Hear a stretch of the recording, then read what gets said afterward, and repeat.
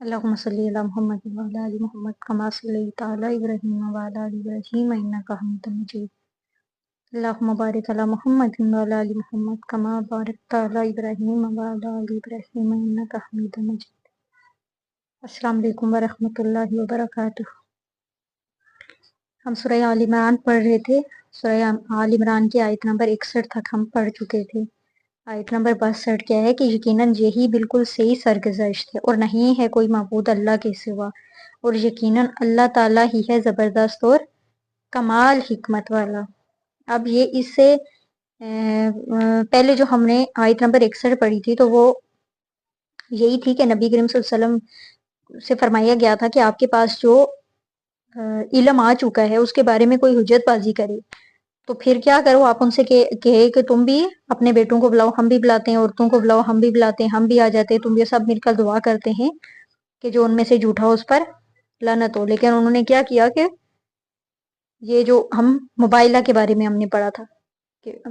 مباہلہ ایسی صورت میں آخری تدبیر ہوتی ہے کہ مطلب جب دوسرا انسان آپ کو یقین ہو کہ وہ بات پوری طرح سمجھ گیا اس کے بعد بھی منکر ہو رہا ہو تو مباہلہ کیا جاتا ہے تاکہ حق کا حق اور سچ کا سچ، یہ اسی سلسلے کی کڑی ہے کہ یقیناً یہی بالکل صحیح سرگزشت ہے اور اللہ کے سوا کوئی معبود نہیں ہے، اللہ ہی زبردست اور کمال حکمت والا ہے۔ آیت نمبر 63 ہے کہ پھر اگر وہ پیٹھ موڑ لیں تو اللہ خوب جانتا ہے مفسدوں کو، لیکن کہ اگر اس سب کے بعد بھی اس سے وہ پیٹھ موڑ لیں تو اللہ تو پتہ ہے جو فساد پیدا ہے، جو منافق ہیں اللہ تو جانتا ہے ان کو کہ وہ یقیناً وہ پیٹھ موڑیں گے، کیونکہ وہ ان کو تو ان کے پاس تو حضور صلی اللہ علیہ وسلم کے جو علم ہے وہ تو آ چکا ہے، ان کو پتہ ہے جو حضور صلی اللہ علیہ وسلم پر نازل ہوا، جو حضور صلی اللہ علیہ وسلم تبلیغ کر رہے ہیں، اس کے باوجود بھی وہ اس سے منکر ہو رہے ہیں۔ اللہ فاسدوں کو خوب جانتا ہے۔ آیت نمبر 64 کیا ہے؟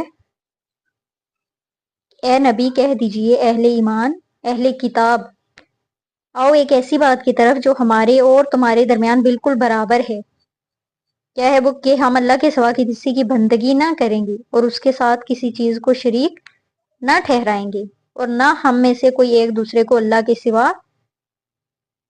رب ٹھہرائے گا۔ پھر اگر وہ منہ موڑ لیں تو تم کہو آپ لوگ گواہ رہیں کہ ہم تو مسلمان ہیں۔ یہاں اہل کتاب سے مراد کیا ہے کہ یہود و نصارہ دونوں کو جمع کر دی۔ کیا ہے کہ اہل کتاب کو کہو کہ ایسی بات کی طرف ہو جو تمہارے اور ہمارے درمیان بالکل یکساں ہے، مشترک ہے۔ وہ کیا ہے کہ ہم اللہ کے سوا کسی کی بندگی نہیں کریں گے، اس کو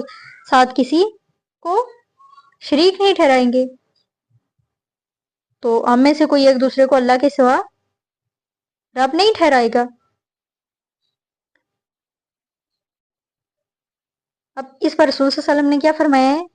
حدیث مبارک ہے کہ وہ ان کی عبادت تو نہیں کرتے تھے، لیکن جب وہ ان کے لیے کسی شے کو حلال قرار دیتے تھے تو وہ اسے حلال مان لیتے تھے، اور جب کسی شے کو حرام قرار دیتے تھے تو وہ اسے حرام مان لیتے تھے۔ اب اس آیت میں جو ہے یہود و نصارہ ہے ان کو واضح طور پر بتا دیا گیا کہ توحید ہمارے اور تمہارے درمیان مشترک عقیدہ ہے۔ اس طرح انہیں غور و فکر کی دعوت دی گئی ہے کہ وہ آپس میں موازنہ کریں کہ اس قدر مشترک کے معیار پر اسلام پورا اترتا ہے یا یہودیت اترتی ہے یا نصرانیت اترتی ہے۔ پھر اگر وہ منہ موڑ لیں تو کہو کہ ہم تو اللہ کی اطاعت قبول کر لی اور ہم متذکرہ بالا تینوں باتوں پر قائم رہیں گے، اگر یہ آپ کو پسند نہیں تو آپ کی مرضی۔ کون سی تینوں بات؟ کہ اللہ کے سوا کسی کی بندگی کریں گے، نہ اس کے ساتھ کسی چیز کو شریک ٹھہرائیں گے، نہ ہم میں سے کوئی ایک دوسرے کو اللہ کے سوا رب ٹھہرائے گا۔ آیت نمبر 65 کیا ہے کہ اے کتاب بولو تم ابراہیم کے بارے میں کیوں جھگڑتے ہو، حالانکہ توریت اور انجیل نہیں نازل کی گئی مگر اس کے بعد، تو کیا تم عقل سے کام نہیں لیتے؟ یہ بات بھی تم جانتے اور مانتے ہو کہ توریت بھی حضرت ابراہیم علیہ السلام کے بعد نازل ہوئی اور انجیل بھی، یعنی یہودیت بھی ابراہیم علیہ السلام کے بعد کی پیداوار ہے اور نصرانیت بھی۔ تو تم لوگوں کو اس میں شک نہیں ہونا چاہیے کہ ابراہیم مسلمان تھے، اللہ کے فرمانبردار تھے، وہ یہودی تھے یا نصرانی نہیں تھے۔ کیا تم عقل سے کام نہیں لیتے؟ آیت نمبر 67 کیا ہے کہ دیکھو تم لوگ اب تک جو بھی بحث مباحثہ کرتے رہے ہو وہ ان چیزوں کے بارے میں ہے جن کا تمہیں کچھ علم نہیں، تو اب تم ایسی چیزوں کے ضمن میں حجت بازی کیوں کرتے ہو جس کے بارے میں تمہارے پاس کچھ بھی علم نہیں ہے؟ اللہ جانتا ہے اور تم نہیں جانتے۔ اب کیا ہے کہ دیکھو کہ تم لوگ اب تک جس چیز کے بارے میں بحث کرتے ہو ان چیزوں کے بارے میں تمہیں کچھ علم، جن کا تمہیں کچھ علم ہے، اور ایسی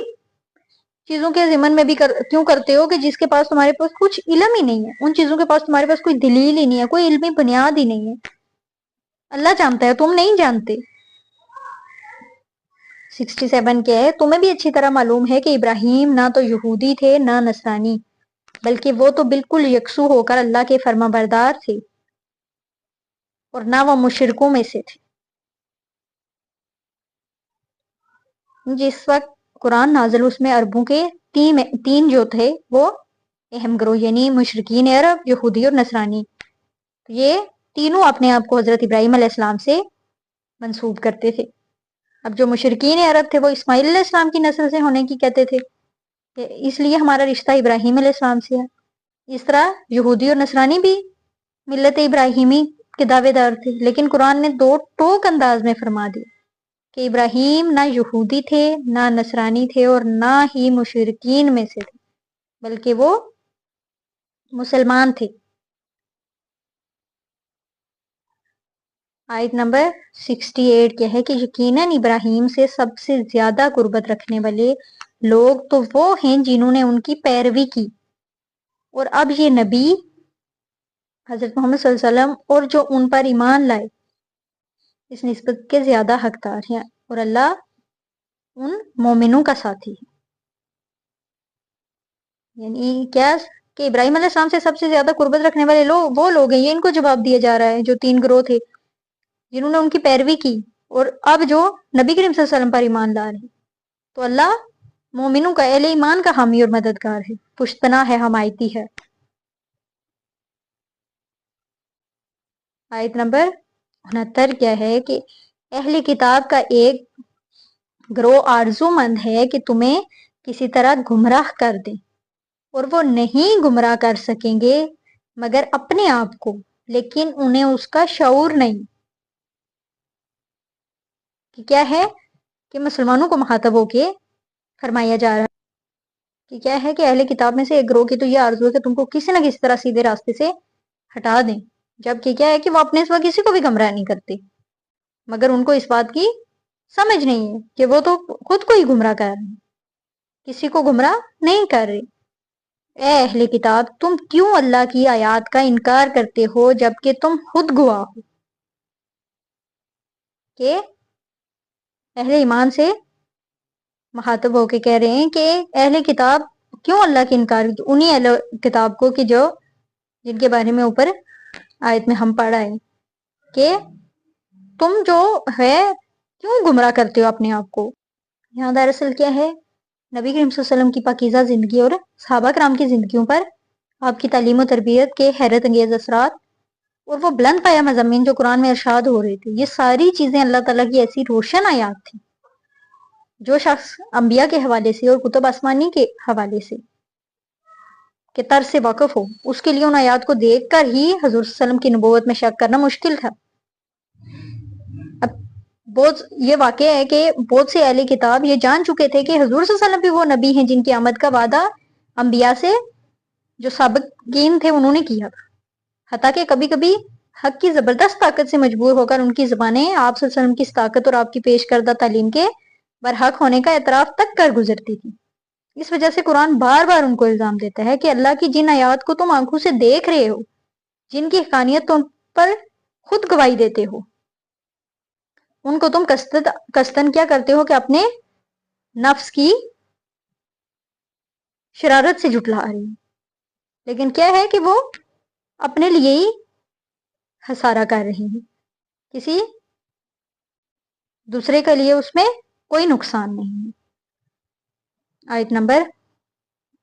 70 اللہ سبحانہ و تعالیٰ سے